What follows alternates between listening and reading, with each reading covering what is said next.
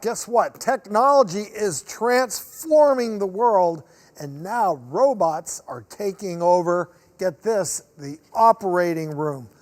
I, for one, have two fully functional new knees, and I partially credit, because I had one done with the robot, and I had the other one done without, so I can compare. But I do have to give credit to the new robotic knee surgery, which really is an amazing medical advancement. And to that, joining on Zoom with the latest 411 on robotic joint surgery is orthopedic surgeon from Rush University Medical Center, Dr. Denis Nam. And also joining us is a marathon runner and recent double knee replacement patient, Sarah. So welcome both of you to the show. Thank you for being here and sharing this exciting story. So Sarah, clearly you're 39 years old. You've lived a very active life. What was it like when you heard the words, well, I'm recommending a double knee replacement at 39?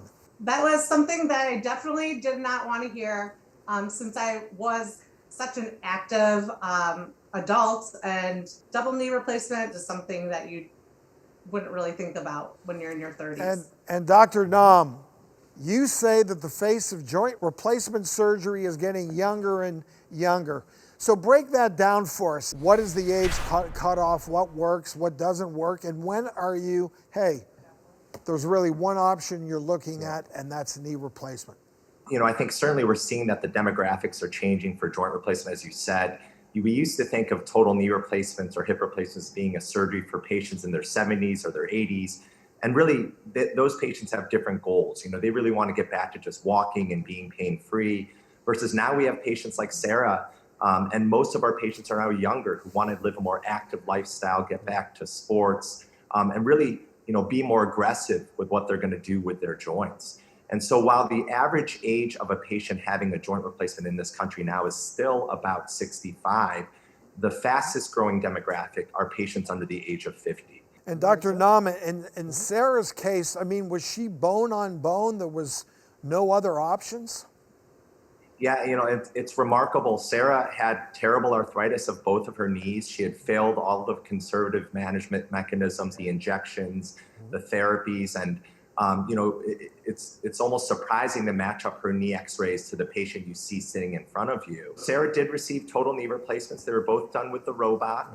Sarah is the model patient, though. She flew through her recovery, would come back at 3 weeks after surgery, followed all of the protocols, literally looked like she was months after surgery when we saw her for initial visits, and so was kind of the ideal candidate for this procedure. Now, Sarah, how are you feeling now, post-surgery? I am feeling 100% better. I am really excited for the future. My motto is the new knee is new me. All right. I'm excited to get back out playing group sports like soccer or kickball. And I'm a big skier, so I'm excited to hit the slopes too soon. Just taking it day by day with a great team of physical therapists that I'm using, and excited for the next chapter of my life.